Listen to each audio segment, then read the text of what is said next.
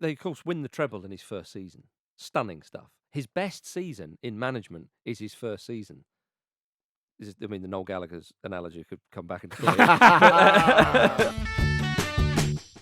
This is the moment where a schism is created. One of the most incredible and talked about sort of schisms in terms of the effect it had in modern football history, you would say. Barcelona, they want success. They need to get back to the top. Surely Mourinho's the obvious option. He's a winner. He is just gobbling up the trophies. And Mourinho must think to himself, well, I'm going to go back to the club where I was this little coach and I'm going to show them what for. And of course, Andy, as you say, they choose one of their own, Pep Guardiola, who's had one season managing for Barcelona B.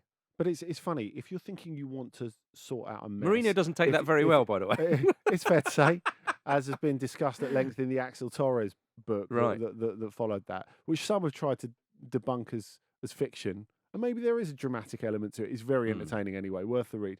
I think the interesting thing is how you would think in a situation like that, if you want a clear deck, Mourinho's your man for that scorched earth policy. But in fact, it's Guardiola who has to bin some quite beloved players. So he's concerned about the influence that Ronaldinho and Deco in particular are having on Messi. So he bins them. And Ronaldinho is one of the most loved players in that club's history. Yes, he tries to bin Samuel Eto'o unsuccessfully, it turns out, and that turns out to be quite good, particularly in that first season.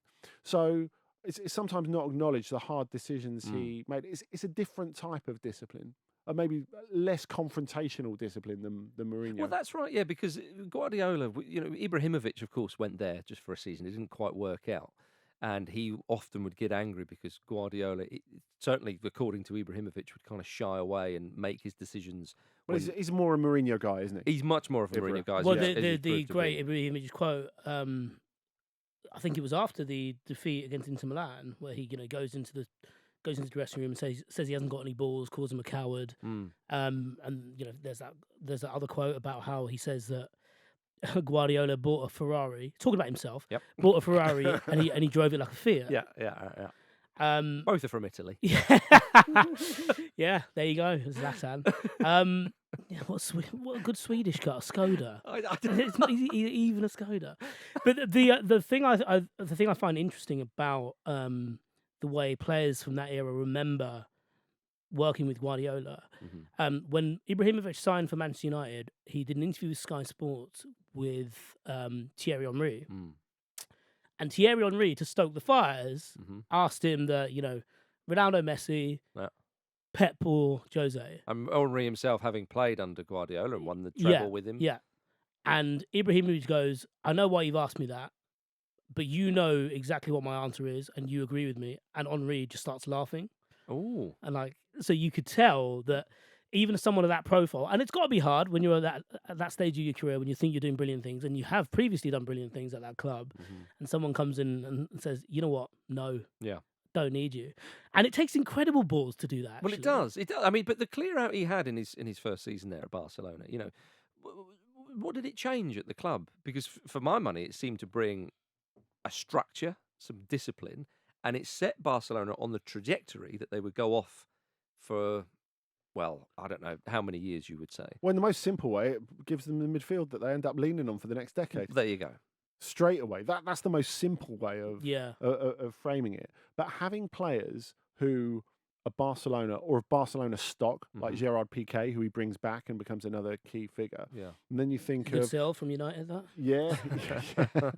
And then you think of the importance of Xavi, Iniesta, Puyol, later Pedro, for example. Yeah. All of those, it all feeds into him having a Barcelona where everyone understands what Barcelona is about. Well, totally. Yeah. And they, of course, win the treble in his first season. Stunning stuff. His best season in management is his first season. I mean, the Noel Gallagher's analogy could come back into play. And I say that as a huge Noel Gallagher fan. But he made those decisions and they reaped immediate rewards. Although for the first two games of the season, they struggled and there was talks for, this guy's not cut out. You think, what on earth are we doing here? And Johan Cruyff steps in and goes, no, I saw them. There's great improvement. And then they win the third game 6-1 and then they're away. And of course, they have that unbelievable season.